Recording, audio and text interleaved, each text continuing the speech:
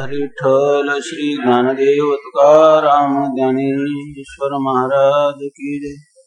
तुकाराम महाराज की जय।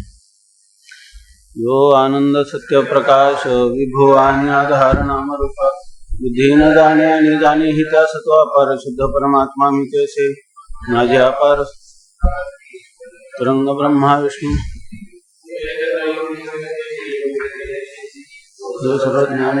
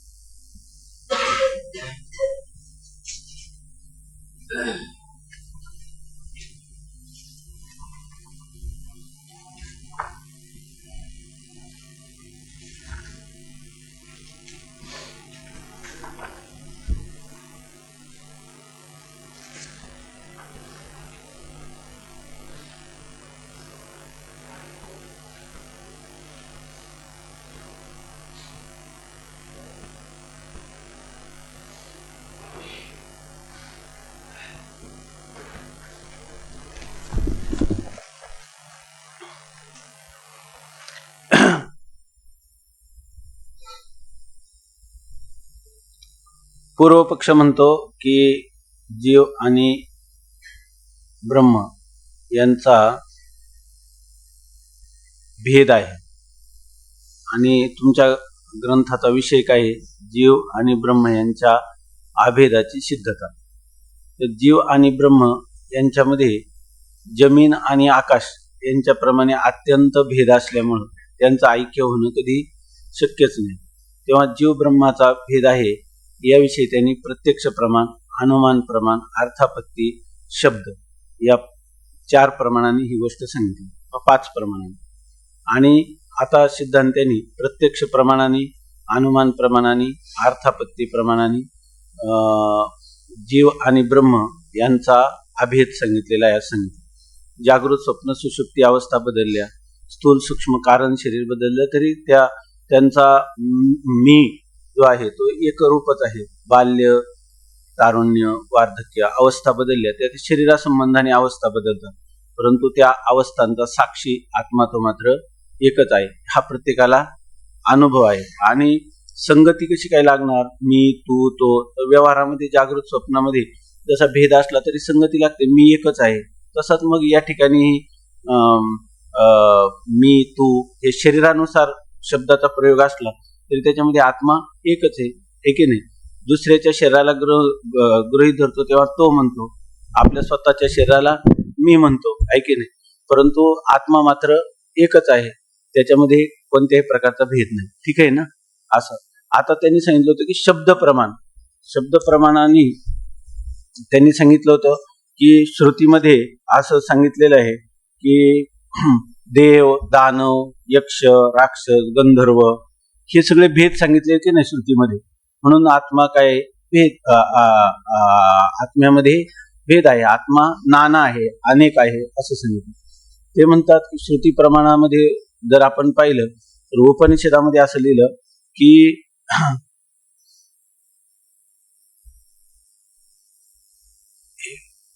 एको देवाः सर्वभूतेषु गूढः, एकच परमात्मा सर्व प्राणीमात्रामध्ये स्थित आहे।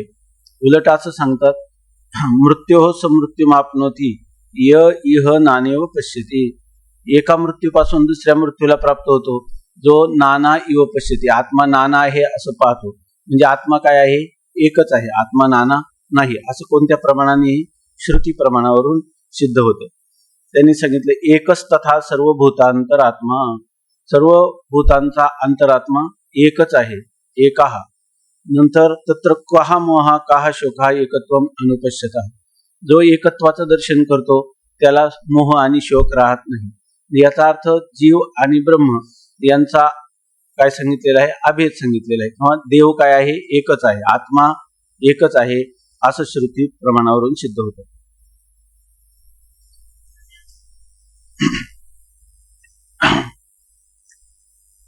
आता त्यांनी एक सांगितलं होतं, जर एका आत्मा एकच मानला तर एकाला सुख दुःख झालं की सगळ्यांना सुख दुःख झालं पाहिजे, आहे की नाही? पण तसा काही कोणाचा अनुभव नाही. ज्याचं त्याचं सुख दुःख हे काय स्वसंवेद्य आहे, ज्याचं त्यालाच कळतं. याचा अर्थ प्रत्येक आत्मा वेगळा आहे.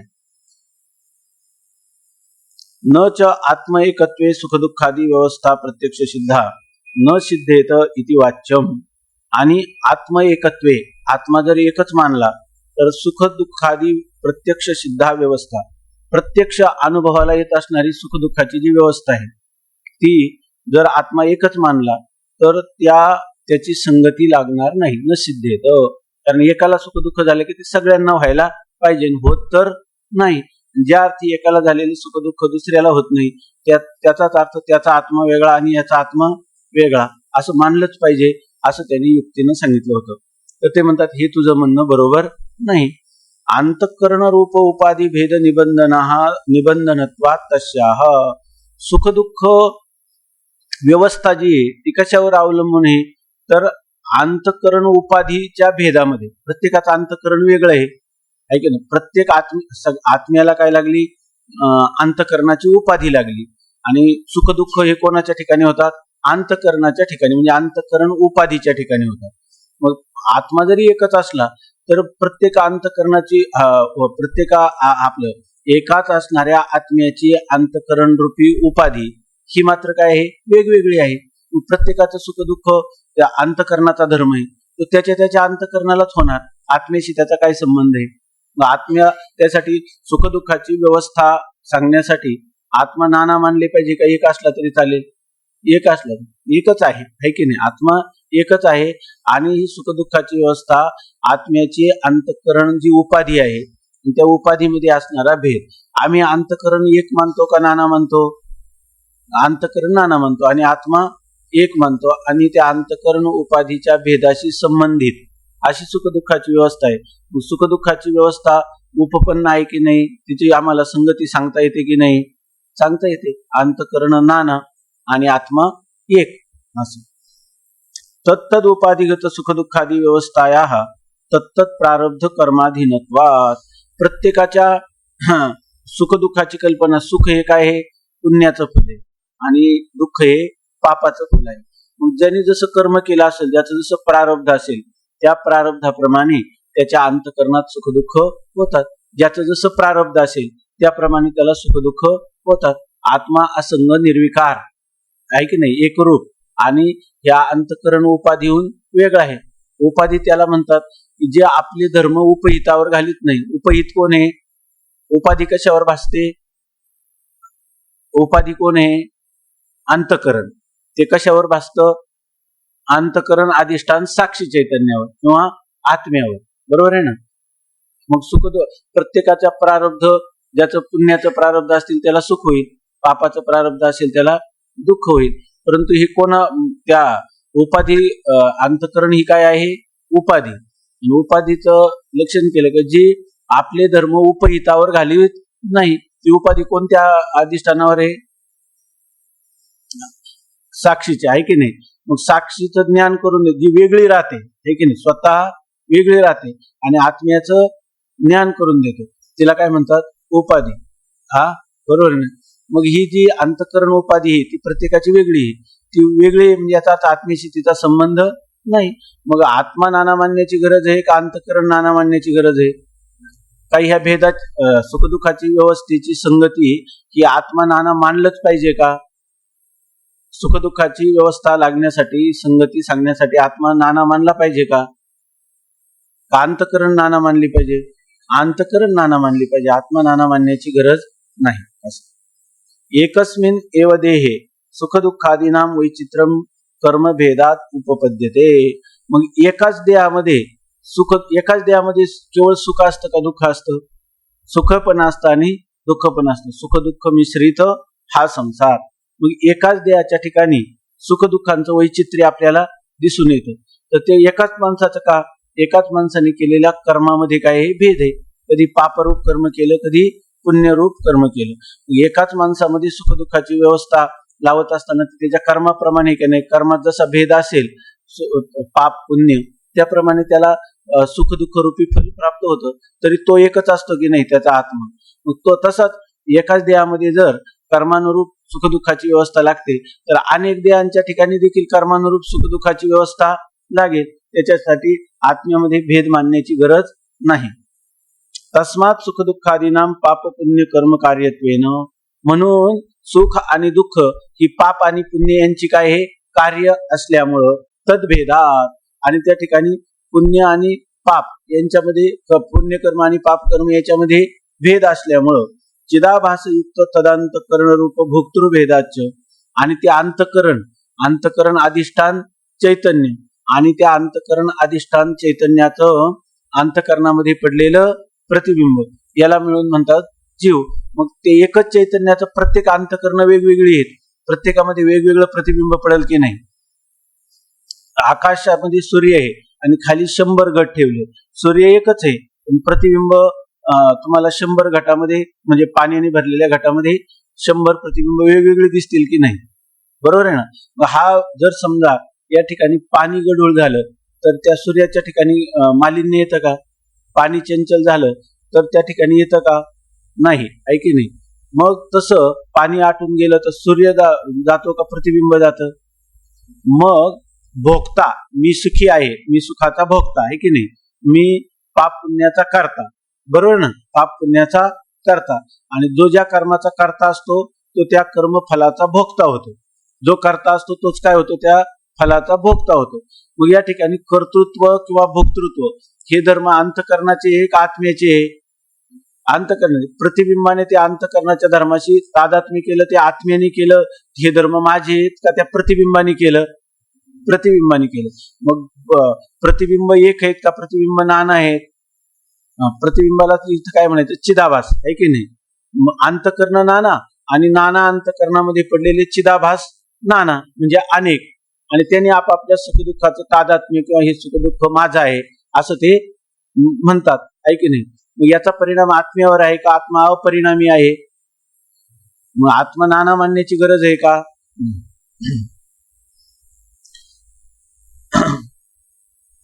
चिदाभासयुक्त तत्तद अंतकरण रूप भोक्तृभेदाच सुख दुःखादी व्यवस्था संभवती एव. मग सुख दुःखादी त्यांची संगती लागते का लागत नाही? लागते, सिद्धांताच्या मताप्रमाणे. कशी लागते तर आत्मा नाना मानून लागते का अंतकरण नाना मानून लागते? आणि अंतकरणामध्ये असणारे भोगते नाना मानून लागते का एक मानून लागते? अंतकरणामध्ये असणारे भोगते नाना आहेत का एक आहे? नाना आहेत. आणि त्यांचा असणारा अधिष्ठान चैतन्य आत्मा तो काय आहे? एकच आहे. आत्मना एकत्वे एकस्य सर्वज्ञत्वे सर्वे सर्वज्ञः स्युः ततः विधी निषेधादि शास्त्रम अनर्थकं स्यात् इति द्वितीयं शंकापि न युज्यते. आणि त्यांनी सांगितलं आत्मा एकच आहे की नाही. मग आत्मा जर एक आहे तर जर एक मनुष्य सर्वज्ञ झाला, आहे की नाही, एक मनुष्य सर्वज्ञ झाला तर सर्वांचा आत्मा काय आहे? एकच आहे, सगळे सर्वज्ञ होतील. मग तुम्हाला ब्रह्मज्ञान करून घेण्यासाठी प्रत्येकाने काही साधना करण्याची गरज आहे का? नाही. एकाला ज्ञान झालं की सर्वांना ज्ञान होईल. जगामध्ये एकाला ब्रह्मज्ञान झालं तर सगळे ब्रह्मज्ञानी होतील की नाही, सगळे मुक्त होतील की नाही. मग सगळे मुक्त झाले तर आत्मा वा अरे द्रष्टव्य श्रोतव्य मंतव्य निधिध्यासितव्य हे साधन करायची गरज आहे का कोणाला? कोणी करील, आहे की नाही, बरोबर आहे ना. वडील जर नोकरी करत असतील तर मुलाला किंवा मुलांच्या आईला काही करण्याची गरज आहे का? काही गरज नाही. आमचे वडील आम्हाला आणून देतात, त्यांचा पगार मिळाला म्हणजे आमचं झालं. तर एक सर्वज्ञ झाला म्हणजे आम्ही सर्वज्ञ होऊ, त्याच्यासाठी साधना करण्याची गरज आहे का? बरं, जर त्याच्यासाठी मग आपल्याला शास्त्र म्हणतं हे करू नका, हे करा, असं विधी किंवा निषेध सांगणारं जे शास्त्र आहे त्या शास्त्राला व्यर्थत्व येईल की नाही? जर एक जर सर्वज्ञ किंवा ब्रह्मज्ञानी झाला तर सर्वांना जर ब्रह्मज्ञान होत असेल तर साधन करण्याची किंवा विधी किंवा निषेध परक जे शास्त्र आहे त्या शास्त्रात आज्ञा मानली पाहिजे. तस्मात शास्त्रम प्रमाणन्ते, याची गरज उरेल का कोणाला? उरणार नाही, बरोबर ना. तर ते सांगतात ही शंका सुद्धा बरोबर नाही. कसं? यदि अपि एकैव आत्मा सर्वदा सर्वत्र सर्वं जानाति तथापि तत्तद्देहस्थ अंतकरण वृत्ती द्वारा एव घटपटादि विषय विशेषान् जानाति यतः देहभेद निबंधनः बुद्धिभेदः ततः एव प्रतिदेहं ज्ञानभेदः अपि अवश्यम जायेत एव. आता म्हणतात यद्यपि एक एव आत्मा, यद्यपि एकच आत्मा आहे आणि तो कसा आहे, नित्य सर्वांचा द्रष्टा किंवा साक्षी किंवा प्रकाशक आहे की नाही. मग लगेच आळसून जाऊ नका, थोडा विषय खिडक्यावर. यद्यपि एक एव आत्मा, एकहा एव आत्मा, आत्मा काय आहे, एकच आहे. आणि आत्मा प्रकाश रूप कधी आहे, सर्वदा आहे, सर्व कालात आहे. सर्वत्र म्हणजे सर्व स्थानामध्ये, सर्व देशामध्ये, सर्व कालामध्ये आणि सर्व वस्तूमध्ये त्याचा अधिष्ठान असणारा जो आत्मा आहे तो काय आहे, नित्य प्रकाश रूप आहे. तो सर्व जाणतो. परंतु आत्मा जेव्हा जाणतो तेव्हा आत्मा स्वयंप्रकाश आत्म्याला काही साधन पाहिजे का, तो एकटा साक्षात जाणतो का अंतकरण बुद्धिवृत्तीद्वारा जाणतो, बुद्धिवृत्तीद्वारा जाणतो का साक्षात जाणतो, बुद्धिवृत्तीद्वारा जाणतो. म्हणजे त्या अंतकरणात बुद्धिवृत्तीद्वारा जाणतो म्हणजे बुद्धिवृत्तीमध्ये त्याचं प्रतिबिंब पडतं आहे की नाही. आणि ते प्रतिबिंब काय करतं, हा घट आहे, हा पट आहे असं ज्ञान करून देतं. आपण पाहिलं ना, बुद्धिवृत्ती काय करते, फक्त आवरणाचा भंग करते, त्याच्यावर असणारा अज्ञान आवरण घालवते आणि त्या बुद्धीमध्ये पडलेला जो चिदाभास आहे तो अयम घटा, हा घट आहे असं ज्ञान करून देतो. असंच पाहिलं ना आपण पदार्थ ज्ञानाच्या रीतीमध्ये. मग आता इथे सांगतात आपल्याला जे घटपटादी विषय तो काय म्हणतो, एकाला ज्ञान झालं का सगळ्यांना ज्ञान होईल. समजा मला घटाचं ज्ञान झालं तर तुम्हालाही घटाचं ज्ञान होईल, कारण काय आत्मा काय आहे, एकच आहे. आणि आत्मा सर्वत्र सदा सर्व जाणतो असं तुम्ही म्हणता. सर्व जाणतो तर एकाने जाणलं की सगळेच जाणायला लागतील. एकाला हा घट आहे कळलं की सर्वांना तो घट आहे असं दिसेल. एकाला ब्रह्मज्ञान झालं की सर्वांना ब्रह्मज्ञान होईल आहे की नाही. त्याच्यापेक्षा जर ही व्यवस्था तुम्हाला सांगता नाही आली तर तुम्ही काय म्हणा, आत्मा नाना आहेत असं माना सरळ. यांचा तर सिद्धांत आहे आत्मा काय आहे, एकच आहे. मग सांगा बरं, हा घट आहे हे ज्ञान एकाला, आत्मा तर सर्वदा आणि सर्वत्र काय आहे, सर्वत्र ज्ञानरूप आहे की नाही. मग त्या आत्म्याच्या ठिकाणी नित्य ज्ञान आहे तर एकदा एकाला घटाचं ज्ञान झालं की सगळ्यांना घटाचं ज्ञान व्हायला पाहिजे आणि होत तर नाही. मग ते म्हणतात याची संगती अशी आहे की आत्मा जरी सर्वदा आणि सर्वत्र आणि सर्व वस्तूंना जाणत असला तरी आत्मा साक्षात जाणत नाही. मग तत्तद देहस्थ अंतकरण वृत्तीद्वारा एव, त्या देहामध्ये असणाऱ्या अंतकरण वृत्तीच्या द्वाराच तो अयम घटा, अयम पटा, हा घट आहे, हा पट आहे असं जाणतो. मग आता वृत्तीच्या द्वारा जायचं तर प्रत्येका देहामध्ये प्रत्येकाची अंतकरण वृत्ती वेगळी आहे की नाही. अंतकरण कुठं राहतं, प्रत्येक देहामध्ये अंतकरणाचं राहण्याचं स्थान कुठे आहे, हृदयामध्ये, डाव्या कप्प्या आहे की नाही. हृदयामध्ये इथं एक मांसपिंड आहे डाव्या बाजूला, त्या हृदयात राहतो. काही लोक म्हणतात उजव्या बाजूला हृदय, उजव्या बाजूत राहतो का डाव्या बाजूत राहतो का, ती अंतकरण वृत्ती सगळ्या शरीरात राहते, सगळ्या शरीरात. याला म्हणतात अंतकरण. हे वेदांतामध्ये मध्यम परिमाण मानतात. ज्या शरीरात जाईल तेवढा अंतकरण आहे की नाही, बरोबर आहे ना. ज्या शरीरात जाईल तेवढा अंतकरण. ते अंतकरण सर्व शरीरामध्ये व्यापून आहे की नाही. मग त्या देहामध्ये असणाऱ्या अंतकरणाच्या द्वारा जाणणार की नाही. म्हणजे त्या अंतकरण आणि त्या अंतकरण कशी आहेत, नाना आहे. मग ज्या देहामध्ये जे अंतकरण असेल, बरं अंतकरण कशी आहेत, नाना आहे की नाही. मग त्या ज्या देहामध्ये ते अंतकरण असेल त्या अंतकरण वृत्तीद्वाराच तो साक्षी जाणेल की नाही, बरोबर आहे ना. आणि अंतकरण नाना आहे. मग त्या देहातलं अंतकरण आणि दुसऱ्या देहातल्या अंतकरणामध्ये भेद आहे का, ते दोन्ही देहातलं अंतकरण एक आहे, भेद आहे. मग याचं ज्ञान त्याला होईल का, नाही. याचं सुख दुःख त्याला होईल का, नाही. यांनी घट जाणला म्हणजे दुसरे सगळे घट जाणायला लागतील का, नाही. तत्त देहस्थ अंतकरण वृत्तीमध्ये भेद असल्यामुळं एकाला झालेलं ज्ञान दुसऱ्याला होणार नाही. अशा प्रकारची संगती लागते. मग आता एक जर सर्वज्ञ झाला तर सर्व सर्वज्ञ होतील का, नाही, आहे की नाही. त्यासाठी स्वामी महाराज एक उदाहरण सांगायचे. जर समजा या पडद्या इथे मध्ये एक पडदा आहे आणि पडद्याच्या पलीकडं एक वस्तू ठेवलेली आहे, त्या वस्तूचं ज्ञान करून घ्यायचं आपल्याला. आहे की नाही. मग आता त्या वस्तूचं ज्ञान करून घ्यायचं तर सगळ्यांना त्या वस्तूचं ज्ञान होईल का? नाही, आहे की नाही. आणि समजा जर एखादं छिद्र केलं त्या ह्याला पडद्याला आणि त्या पडद्याच्या छिद्रातून जर एखाद्याने पाहिलं तर त्याला तर पलीकडच्या वस्तूचं ज्ञान होईल की नाही. मग त्यावेळेला सगळ्यांना ज्ञान होईल का त्या वस्तूचं? सगळ्यांना होणार नाही. तसं ज्याच्या अंतकरणातल्या वृत्तीमध्ये ज्याच्या अंतकरण वृत्ती मी ब्रह्म आहे असं म्हणेल, आहे की नाही, बरोबर ना. म्हणजे तिला मी ब्रह्म आहे असं ज्ञान होईल तर त्याच काय होईल, हा अज्ञान रूपी पडदा दूर होईल, आहे की नाही. आणि बाकीच्यांना तो तसाच राहील. जोपर्यंत अहम ब्रह्मास्मी इत्याकार वृत्तीमध्ये प्रतिफलित झालेलं चैतन्य हे त्या अज्ञानाचं नाशक आहे. ज्या अंतकरणामध्ये हे चैतन्य प्रतिफलित होईल म्हणजे प्रतिबिंबित होईल, मी ब्रह्म आहे अशी त्या अंतकरणाची वृत्ती, आहे की नाही. मी ब्रह्म आहे अशी एखाद्याच्या अंतकरणाची वृत्ती झाली, तिच्यामध्ये कोणतं ज्ञान होईल? मी ब्रह्म आहे हे ज्ञान. आणि तिच्यामध्ये काय असेल? चिदाभास, आहे की नाही. तिच्यामध्ये असणार चिदाभास. तर त्या अंतकरण काय अहम ब्रह्मास्मी इत्याकारक अंतकरण वृत्तीमध्ये फलित झालेलं जे चैतन्य ते सामान्य आहे का विशेष आहे? विशेष आहे. कारण ते काय वृत्तीमध्ये प्रतिबिंबित झालेले. मूळ चैतन्य सामान्य आहे आणि त्या अंतकरण वृत्तीमध्ये काय होतं? विशेष भावाला प्राप्त होतं. आणि त्यावेळेला त्या अज्ञान अंधकाराचा काय होतो? नाश होतो. मग एक मुक्त झाला तर सगळे मुक्त होतील का? एक सर्वज्ञ झाला तर सर्व सर्वज्ञ होतील का? एकाला घटाचं ज्ञान झालं तर सगळ्यांना घटाचं ज्ञान होईल का? नाही. मग संगती लागते की नाही? आत्मा एक मानून आणि अंतकरण नाना मानून संगती लागते. जर आत्माच साक्षात सुखदुःख जाणत असता तर मग आम्ही काय म्हटलं असतो? आत्मा नाना मानला पाहिजे. जर आत्म्याला साक्षात ज्ञान होत असतं तर आम्ही म्हटलं असतं की आत्मा नाना मानला पाहिजे.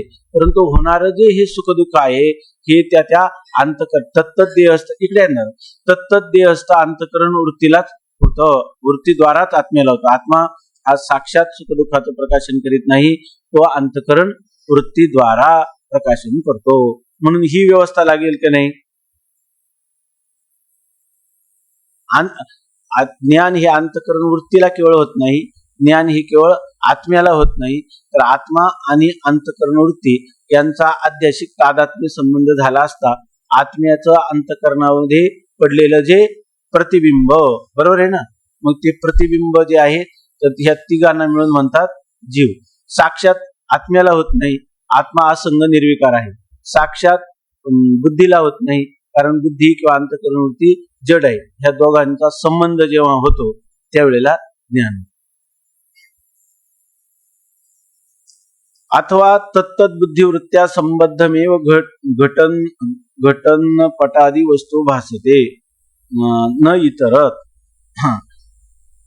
बुद्धिवृत्ती रूपम ज्ञानम परिचिन्नम यस्मात् परिचिन्नायाः तत्तद बुद्धिवृत्ते तत्तद वस्तुभिः एव संबंधः न सर्वैः तस्मात् न सर्वेषां सर्वज्ञत्वापत्तिः. ते म्हणतात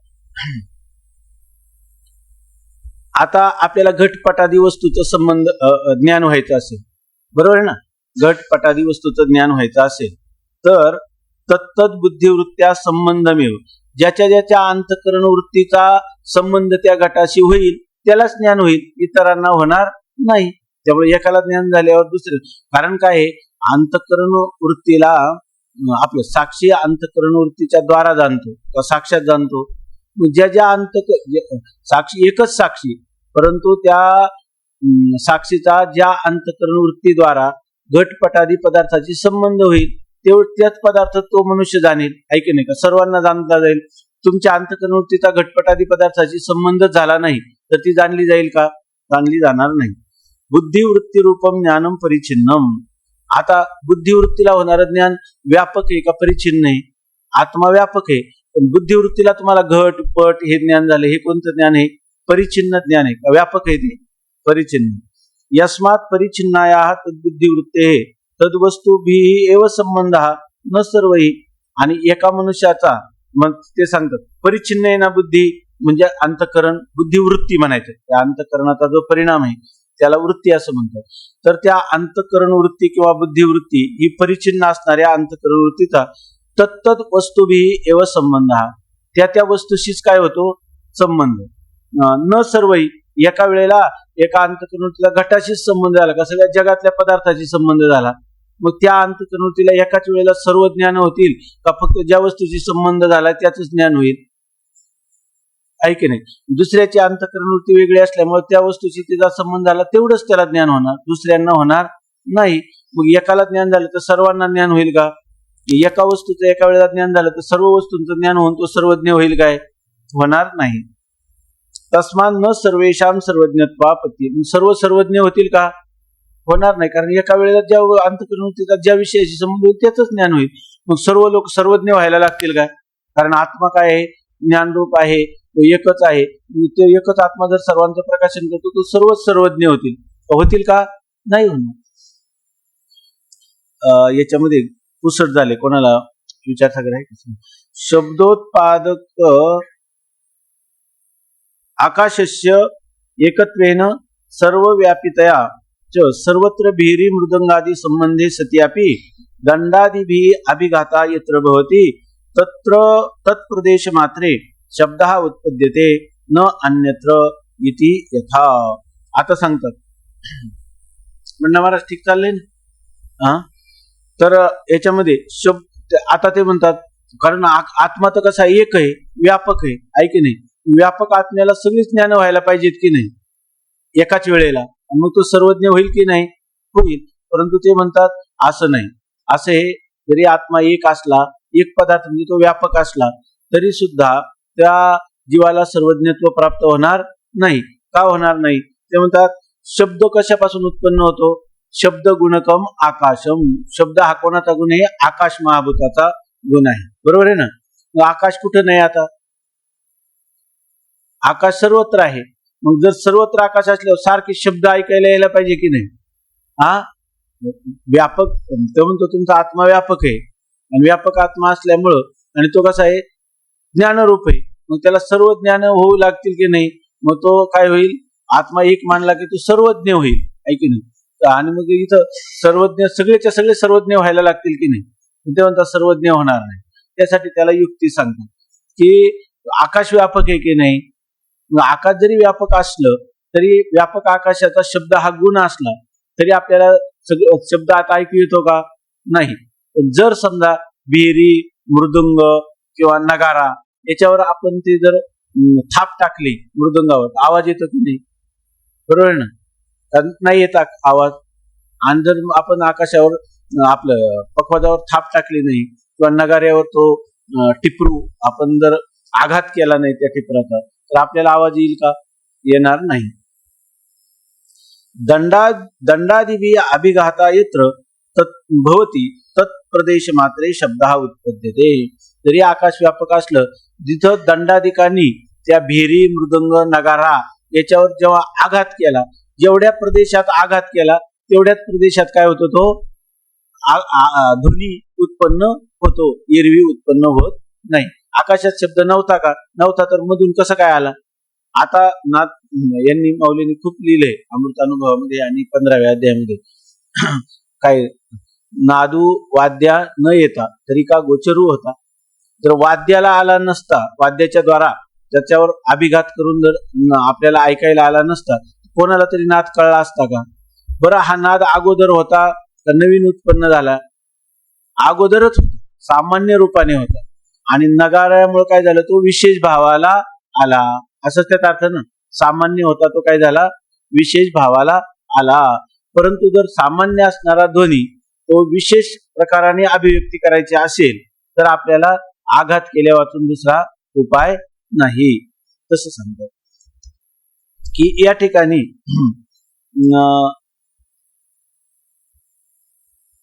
तथा एवं एकस्य चिन्मात्रस्य आत्मनः परिपूर्णस्यापि. त्याप्रमाणे आत्मा जरी चिन्मात्र म्हणजे ज्ञान स्वरूप असला आणि एक असला, परिपूर्ण असला, आत्मा नाही असं कोणतं स्थान नाही, असं असलं तरी यत्र बुद्धिवृत्तेः येन वस्तुनः सह संबंधः भवति तत्र एव तद्वस्तु मात्र विषयकम ज्ञानम जायते नत्व अन्यत्र. तर ते म्हणतात मग असं जरी आत्मा परिपूर्ण, सर्वव्यापक आणि एक असला तरी ते म्हणतात ज्या ठिकाणी बुद्धिवृत्तीचा, बरोबर ना, बुद्धिवृत्तीचा ज्या पदार्थाशी संबंध होईल, आहे की नाही, आत्मा व्यापक आहे, पण बुद्धिवृत्तीचा घटपट ज्या पदार्थाशी संबंध होईल त्याच वेळेला त्याच क्षणी त्या त्या वस्तूविषयक ज्ञान होतं, अन्यथा होत नाही. जर तुम्ही मृदुंगावर थाप टाकली नाही तर ध्वनी येणार नाही. तसं इथं अंतःकरणाच्या वृत्तीचा आणि त्या विषयाचा संबंध झाला नाही तरी आत्मा जरी ज्ञानरूप असला तरी तुम्हाला ज्ञान होणार नाही. तस्मात अनेकत्वात अव्यापकत्वाच्या अंतःकरण तदवृत्तीनाम न सर्वेषां सर्वज्ञत्वापत्तेहि. मग आता हे जे अंतःकरण जिथं जेव्हा अंतःकरण वृत्तीचा आणि विषयाचा संबंध होईल तेव्हा ज्ञान होईल. ते अंतःकरण वृत्ती व्यापक आहे का आत्मा व्यापक आहे? अंतःकरण वृत्ती कशी आहे? परिच्छिन्न आहे की नाही? आणि अंतःकरण वृत्ती परिच्छिन्न असल्यामुळे ती एक आहे का नाना आहे? नाना आहे. मग तस्मात अनेकत्वात, अनेकत्व म्हणजे अंतःकरण वृत्ती अनेक असल्यामुळं अव्यापकत्वात, आणि ती कशी आहे? आकाश व्यापक आहे की त्या ठिकाणी तो नगारा व्यापक आहे? आकाश व्यापक आहे की नाही? तसं या ठिकाणी आत्मा व्यापक आहे की अंतःकरण वृत्ती व्यापक आहे? आत्मा व्यापक आहे. अंतःकरण वृत्ती कशी आहे? परिच्छिन्न. आणि आत्मा नाना आहे का अंतःकरण वृत्ती नाना आहेत? अंतःकरण वृत्ती नाना असल्यामुळं, त्या परिच्छिन्न असल्यामुळं अंतःकरण तदवृत्ती नाम, अंतःकरण आणि त्याची वृत्ती याच्यामध्ये काय आहे? परिच्छिन्नत्व आहे का नाही? ते व्यापक आहेत का? मग त्यांना सगळं ज्ञान होतील का अंतःकरण वृत्तीला? जेवढ्या विषयाशी संबंध होईल, ज्या काळात होईल, ज्या देशात, ज्या काळात ज्या वस्तूशी संबंध होईल तेवढंच त्या अंतःकरण वृत्तीला ज्ञान होईल का ती सर्वज्ञ होईल? अंतःकरण वृत्ती कधीही अंतःकरण वृत्तीला होणार ज्ञान हे कधीही सर्वज्ञत्वाचं असणार नाही. त्यामुळे सर्वच्या सर्व सर्वज्ञ होतील का? कधी सर्वज्ञ होणार नाही, कधी सर्वज्ञ होणार नाही. विधी निषेधादी परशास्त्राणाम च आज्ञजन प्रवृत्ती निवृत्ती विषयकत्वात न वैयर्थ्यापत्तेहि जीवानां सर्वज्ञत्वाभावात तेषां मध्ये यस्तु वेदांत श्रवणजन्य ज्ञानेन प्रत्यगाभिन्नं परम ब्रह्म स्वात्मस्वरूपत्वेन अहम ब्रह्मास्मि इति निर्विशंकम जानाति सहा एव मुक्ताः न अन्यः. आता त्यांनी काय सांगितलं? जर सगळे सर्वज्ञ झाले तर काय होईल? विधी निषेध परक ते शास्त्र आहे त्याला व्यर्थत्व येईल, आहे की नाही? काही मानायची गरज नाही, सर्व सर्वज्ञ आहेत. मग शास्त्राच्या प्रमाणावरून या शास्त्राने अमुक विधी सांगितला, निषेध सांगितला का आम्ही सर्वज्ञ आहेत, आम्ही सर्वज्ञ. त्यामुळे विधी निषेध शास्त्राला काय होईल? व्यर्थता येईल अशी पूर्व पक्षाने शंका केली होती. लक्षात येते ना हे? तर ते सांगतात विधी निषेध शास्त्र कोणासाठी आहे हे सांगतात. कोणासाठी आहे? तर आज्ञ प्रवृत्ती निवृत्ती विषयकत्वात, ज्या लोकांना अज्ञानी आहेत काय करावं आणि काय करू नये असं जे आमच्या ठिकाणी अज्ञान आहे त्या अज्ञान लोकांचे प्रवृत्ती किंवा निवृत्ती व्हावी म्हणून काय आहे? विधी निषेध परक शास्त्र आहे. शास्त्र काय सांगतं? इदम करू इदम मा करू. हे कोणासाठी? ज्याला कळत नाही. म्हणजे हे शास्त्र अज्ञानासाठी आहे का ज्ञानी पुरुषासाठी आहे? अज्ञानी. आणि सर्व लोकांच्या मध्ये म्हणजे आता त्यांनी जर एक मुक्त पुरुष सोडला तर सर्व अज्ञानी आहेत का ज्ञानी आहेत? आणि सर्वज्ञ तर कोणीच नाही. समजा मुक्त जरी पुरुष झाला एखादा, त्याला ब्रह्माचं ज्ञान होईल का आता जगात काय चाललंय याचं ज्ञान होईल? फक्त ब्रह्माचं ज्ञान होईल, कारण त्याची उपाधी कशी आहे? परिच्छिन्नच आहे ना. त्याचं सुद्धा ज्ञानी असो किंवा अज्ञानी असो, ज्या वृत्तीचा ज्या विषयाशी संबंध येईल तेवढंच ज्ञान त्याला होईल की नाही? तर दुसरं ब्रह्मज्ञानी पुरुषाला कि लोक लगेच म्हणतात की ब्रह्मज्ञानी पुरुष झाला म्हणजे त्याला काय साता समुद्राच्या पलीकडे काय चाललंय ते कळलं. मुंगीचे काय मनोगत ओळखे, आहे की नाही? समुद्रावरून पाण्यावरून चालतो. हे ज्ञानाचं फल आहे तपस्येचं फल आहे? तपस्येचं फल आहे. मग ब्रह्मज्ञानी पुरुष जर झाला तर त्याला सकाळी खाल्लेली भाजी विसरू शकते की नाही? विसरू शकते, आहे की नाही? आज तुमची आमचीच विसरते, उलट तुम्हाला आम्हाला चांगलं लक्षात राहील त्याचीच विसरू शकते, आहे की नाही? तर आता सांगतात की मग आपल्याला काय विधी निषेधादी परशास्त्रांना, विधी आणि निषेध परक जे शास्त्र असतं ते आज्ञजन प्रवृत्ती निवृत्ती विषयकत्वात, ते अज्ञानी लोकांना प्रवृत्ती किंवा निवृत्ती सांगतं विधी निषेध शास्त्र, आहे की नाही? त्यामुळं त्याला न वैयर्थ्यापत्ती, ते व्यर्थ होईल का? आता नाही, कारण कोणालाच कोणी सर्वज्ञ नाही, म्हणजे सर्वच काय आहे, आज्ञ आहे. आणि आज्ञ पुरुषाला जर एखाद्या विषयाचं करावं काय आणि न करू नये काय हे जर सांगायचं असेल तर त्याला शास्त्राची गरज आहे की नाही? मग शास्त्राला व्यर्थत्व आहे का? जर सर्वज्ञत्वाची सिद्धी झाली असती तर मग शास्त्राला व्यर्थत्व आलं असतं. परंतु सर्वज्ञ कोणीच नाही. अंतःकरण हे कसं आहे, परिच्छिन्न आहे, आणि ते अंतःकरण ही त्या आत्म्याची उपाधी. त्यामुळे ते अंतःकरण आत्मा जरी ज्ञान स्वरूप असला तरी प्रत्येक व्यक्तीला होणारं ज्ञान हे काही सर्व पदार्थाचं एकाच देशात एकाच काळात सर्व पदार्थांचं त्याला ज्ञान, म्हणजे त्याला काय म्हणतात, एक समवायावत छेदे करून त्याला सर्व वस्तूंचं जगातलं ज्ञान होऊ शकत नाही. तो मनुष्य झोपी गेला, ब्रह्मज्ञानी झोपी गेला तरी त्याला घटपटादी पदार्थांचं ज्ञान होईल का? आणि अज्ञानी जरी झोपी गेला तरी त्याला होईल का? नाही, कारण अंतःकरण नावाची उपाधी प्रत्येकाची वेगवेगळी आहे. आता तुम्ही म्हणाल की जीवानाम सर्वज्ञत्वा अभावात, जीवाच्या ठिकाणी सर्वज्ञत्वाचा काय आहे, अभाव आहे. मग तेशामध्ये असतो, आणि त्यांच्यामध्ये सगळ्या जीवांना काय आहे, सर्वज्ञत्वाचा अभाव आहे. परंतु त्या सर्वज्ञत्वाचा अभाव असणाऱ्यामध्ये खर तर उपनिषदामध्ये वेदांतामध्ये सर्व शब्द जो येतो ना, आपण कधी चिंतन केलं असेल, सर्व शब्दाचा अर्थ नेहमी काय घ्यायचा, ब्रह्म असा अर्थ. सर्वज्ञ म्हणजे ब्रह्मज्ञ. तर आता ते सांगतात जीवानाम सर्वज्ञत्व अभावात, जीवांच्या ठिकाणी सर्वज्ञत्वाचा भाव आहे का अभाव आहे? अभाव आहे.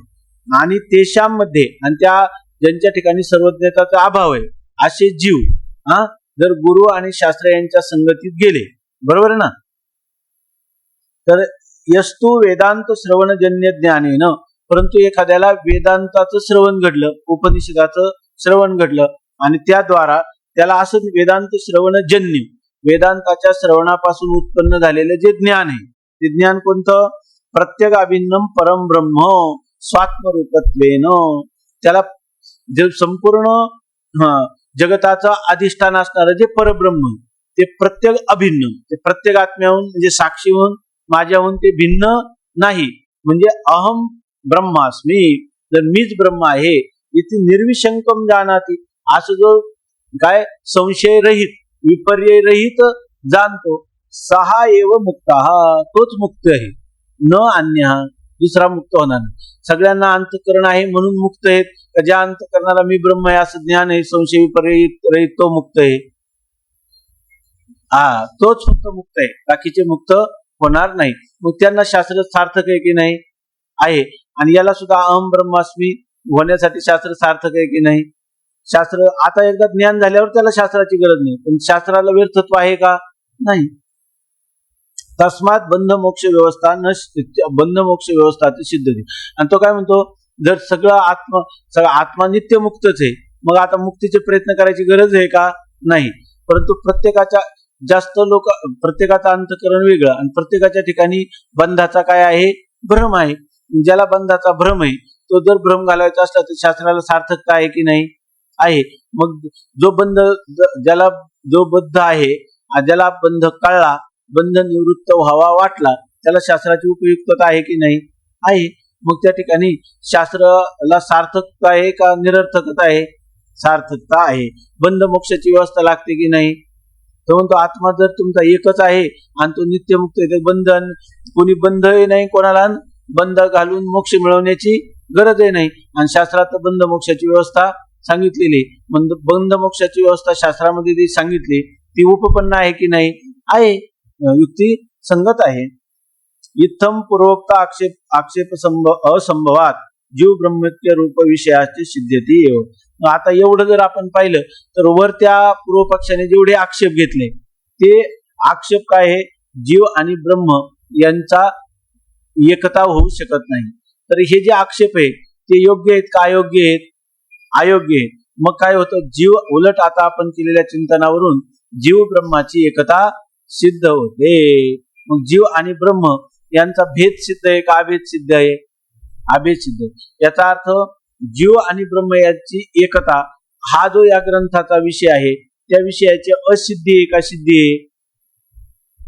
सिद्धी. असं आतापर्यंत आपल्याला कळलं. अजून आपल्याला या पूर्वपक्षीच्या मताने विषयाचं जे खंडन आहे तोच भाग चाललेला आहे. आपण त्याचं अगोदर त्या पूर्व पक्षीच्या मताने जे खंडन केलं होतं त्या खंडनाचं काय केलं आपण पुन्हा खंडन केलं आहे की नाही. खंडनाचं काय केलं खंडन केलं. एक ग्रंथ आहे खंडन खंडन खाद्य माहितीये का. हर्षल मिश्रा म्हणून एक मोठे विद्वान होऊन गेले जे जसे आपण ही प्रस्थानत्रय म्हणतो कोणते गीता उपनिषद आणि ब्रह्मसूत्र तशीच प्रस्थानत्रय बृहत प्रस्थानत्रय म्हणतो. त्याच्यामध्ये भामती अद्वैत सिद्धी आणि खंडन खंडन खाद्य किंवा चित्सुखी खंडन खंडन खाद्य आणि अद्वैत सिद्धी हा मधुसूदन सरस्वतींचा ग्रंथ आहे. त्याला काय म्हणतात बृहत प्रस्थानत्रय. तर त्याच्यामध्ये खंडन खंडन खाद्य म्हणजे दुसऱ्या पूर्व पक्षाने जे आपलं खंडन केलं त्याचं पुन्हा काय करायचं खंडन आणि आपल्या पक्षाचं काही मंडन करायचं. आपला पक्ष सांगायचा नाही तर तुझं चुकीचं एवढंच सांगायचं आणि मग हेच आमचं खाद्य. म्हणजे त्याला म्हणतात वितंडा. वितंडा म्हणजे एक पक्ष असा असतो की हे जे गुरु आणि शिष्य हे सत्याच्या शोधासाठी एकत्र बसतात. गुरूंच्या विषयी आदर असतो. गुरु ज्या ग्रंथाच्या द्वारा चिंतन करतात त्या ग्रंथाविषयी आदर असतो आणि आपल्याला उद्धार व्हावा अशी तळमळ असते. तर अशा वेळेला त्यांच्या आज्ञेचं परिपालन करावं अशी पण आपल्या अंतःकरणात भावना असते.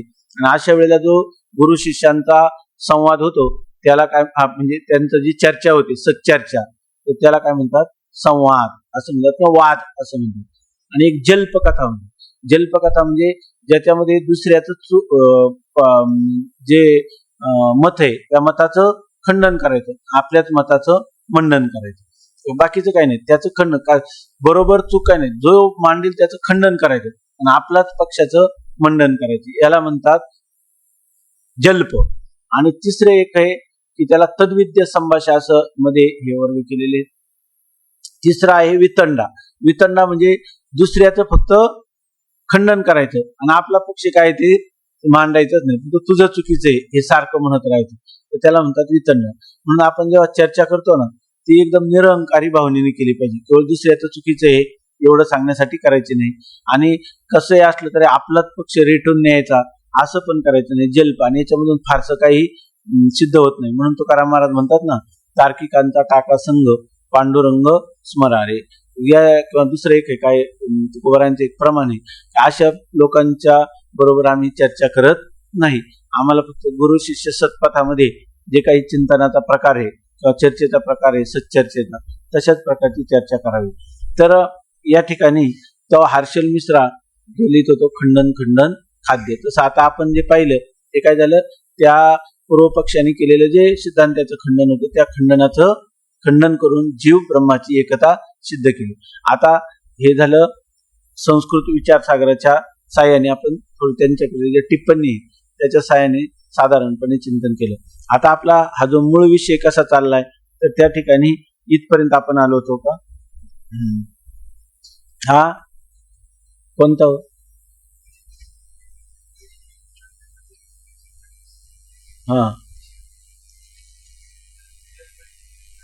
हा मग ते ब्राह्मण वैश्य क्षत्रिय त्यांनी सांगितलं अनुभवाने त्या याच्यातच आलं ना. ब्राह्मण क्षत्रिय वैश्य कोणाला धरू नये देहाला धरू नये का आत्म्याला धरू नये देहाला धरू नये. त्या देहामध्ये भेद आम्ही मानतोच देह उपाधीमध्ये भेद मानतो त्या त्या देहामध्ये असणाऱ्या अंतकरण उपाधीमध्येही भेद मानतो आणि त्या त्या देहाला अनुसरून शास्त्राने जी कर्म सांगितले ब्राह्मणांनी काय करावं क्षत्रियांनी काय करावं ही त्यामध्ये व्यवहाराच्या भेदाची संगती सिद्ध आहे की नाही आहे. आणि त्यासाठी आत्म्यामध्ये भेद मानला पाहिजे का नाही हेच नाही. देहामध्ये भेद मानतो आम्ही अंतकरणामध्ये भेद मानतो फक्त आत्म्यामध्ये भेद मानत नाही एवढंच.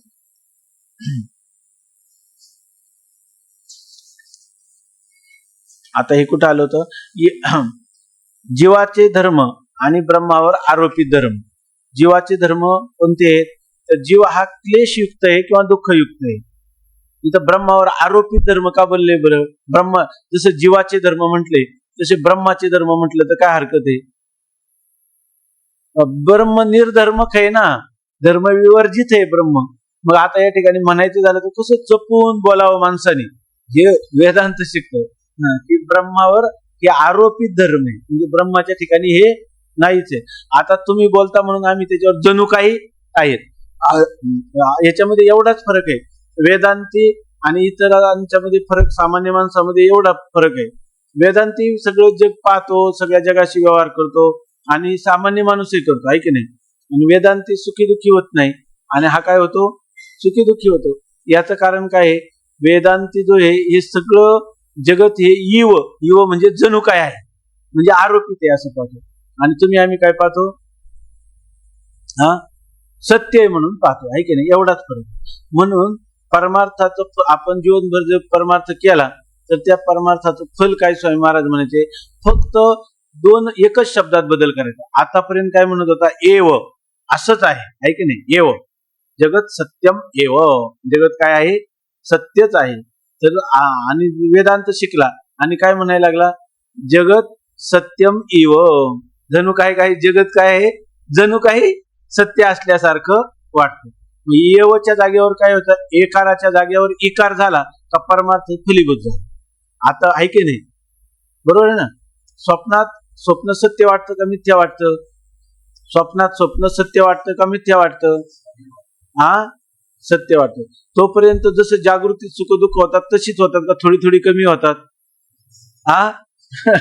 तशीच होतात, आहे की नाही. आणि जाग झाल्यावर तशीच राहतात का, सिद्धच होत नाही. मग तिथं तेव्हा जेव्हा आपण त्याच्याविषयी विचार करतो तेव्हा जणू काही सुख दुःख होती का, होतीच असं म्हणतो. नाही, आता जाग झाल्यावर जेव्हा स्वप्नातल्या सुख दुःखाचा विचार करतो तेव्हा ती एव होती का इव होती म्हणतो, एव होती, आहे की नाही. एव म्हणजे जाग झाल्यावरची स्थिती आहे. एवचं काय करायचं, फक्त इव करायचं. आपण आता काय करायला निघालेले, एव करायला निघालो, आहे की नाही. काही एव होतच इव करायला निघालो, काही इवच आहे, इवच पुढं काय कामच नाही राहिलं. जीवाचे धर्म क्लेशयुक्त आहे आणि ब्रह्मावर आरोपित धर्म, ब्रह्म हे क्लेश मुक्त आहे. जीव अनंत आहे आणि भेदयुक्त आहे आणि ब्रह्म एक आणि भेदरहित आहे. जीव हा परिच्छिन्न आहे आणि ब्रह्म हे व्यापक आहे. या प्रकारे जीव ब्रह्माच्या ठिकाणी परस्पर अत्यंत विरुद्ध धर्म असता त्यांच्या ऐक्य या ग्रंथाचा विषय आहे हे म्हणणे संभवत नाही. जीव आणि ब्रह्म यांचे धर्म जर आपण पाहिले तर ते परस्पर अत्यंत विरुद्ध असल्यामुळं जीव आणि ब्रह्म यांचं ऐक्य होणं संभवनीय नाही.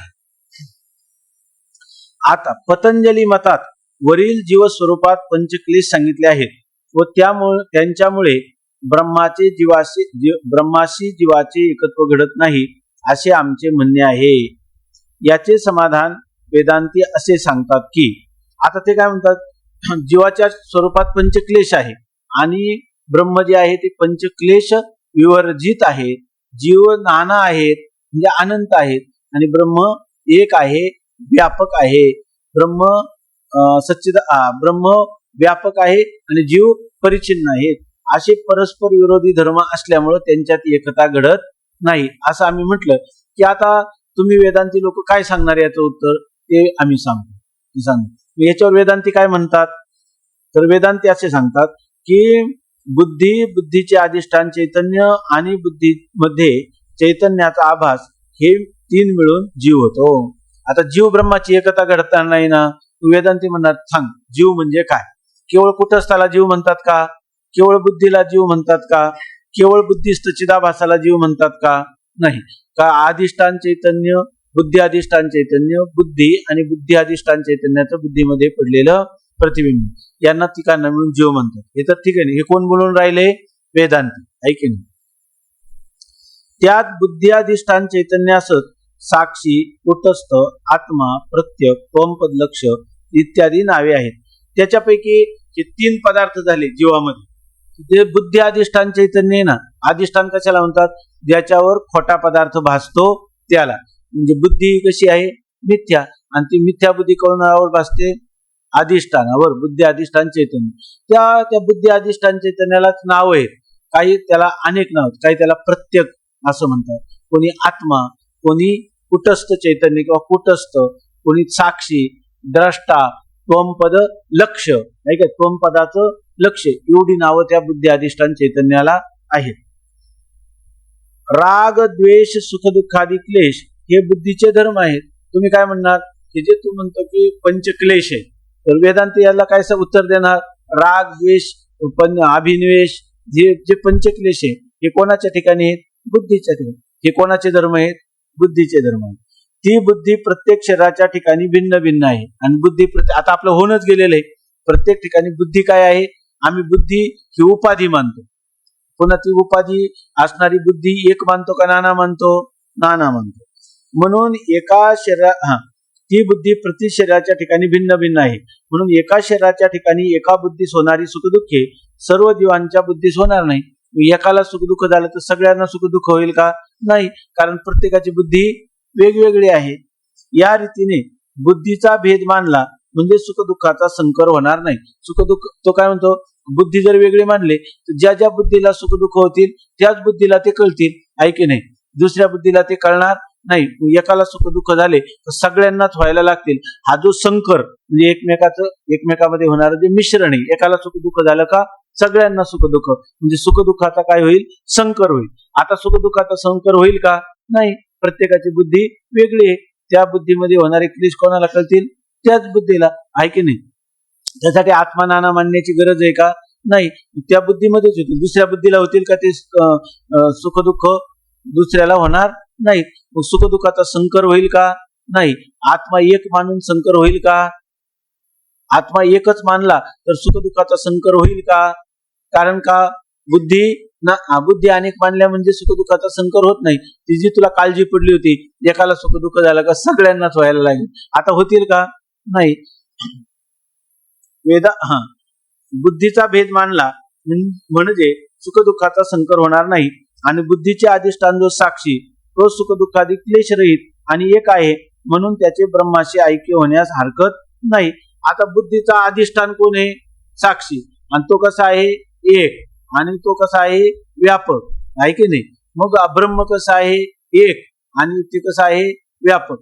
मग बुद्धी अधिष्ठान चैतन्य, बरोबर आहे ना? बुद्धी अधिष्ठान चैतन्य की ज्याला कुटस्थ, साक्षी, त्वमपद, लक्ष, प्रत्यक अशी नाव आलेले. आणि ब्रह्म ते कसं झालं?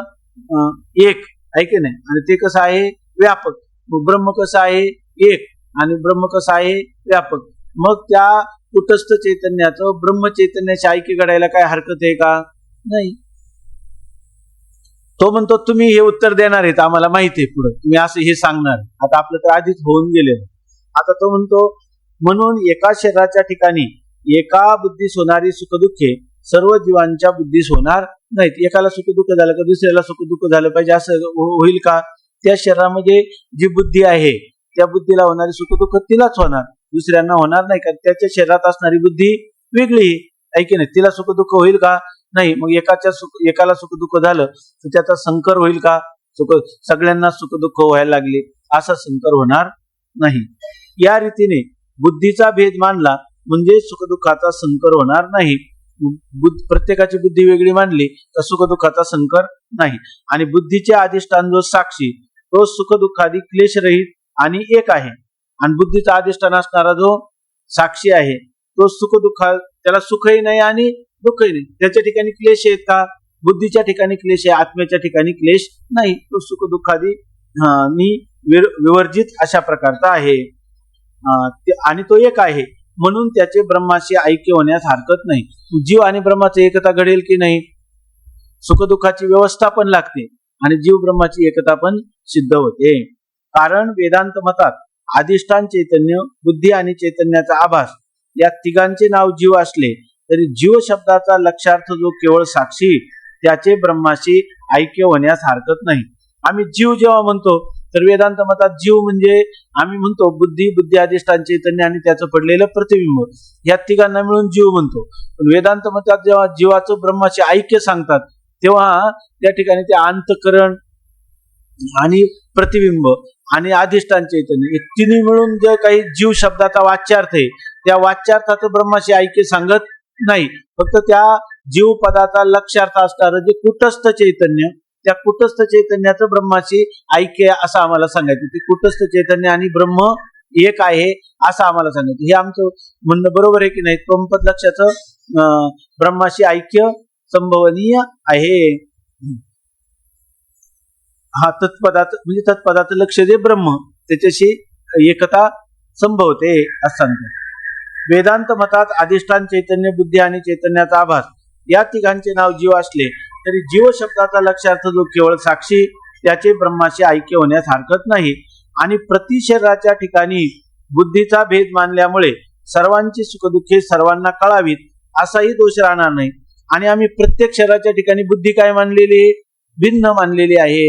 बुद्धी काय मानली? नाना अनेक अशी मानली. प्रत्येक शरीराच्या ठिकाणी वेगवेगळी बुद्धी. त्यामुळं सर्वांची सुखदुःख सर्वांना होतील का? ज्याची त्यालाच होतील. मग सुखदुःखाचा संकर होईल का? नाही. आणि जीवाची ब्रह्माची एकता घडेल की नाही? घडेल. आहे की नाही? आपल्याला काय वाटायला लागलं? आता आपण 2 दिवस चिंतन करतो, आपला विषय संपला. ग्रंथामध्ये जे जीव ब्रह्माची एकता सांगितली ती काय आहे? सिद्धच आहे. ग्रंथाला विषय जो आहे तो त्या ग्रंथाचा विषय सिद्ध आहे का असिद्ध आहे? सिद्ध आहे. आता आपल्याला काय वाटलं? सगळा प्रश्नच मिटला आहे की नाही? पण एवढ्यावर तो थांबत नाही. कारण हा जो पूर्व पक्ष आहे तो अत्यंत बुद्धिमान आहे, तीव्र बुद्धीचा आहे. तो म्हणतो परंतु हे वेदांत्यांचे म्हणणे बरोबर नाही. तुम्ही जरी म्हणता जीव ब्रह्माची एकता संभवनीय आहे परंतु हे म्हणणं बरोबर नाही. कसं बरोबर नाही ते उद्या. तर उद्यापासून 7लाच ना. पुंडलिक वरदा हरी विठ्ठल श्री ज्ञानदेव तुकाराम ज्ञानेश्वर महाराज की जय. ऐक उशीर झाला. पाठ आहे ना आता.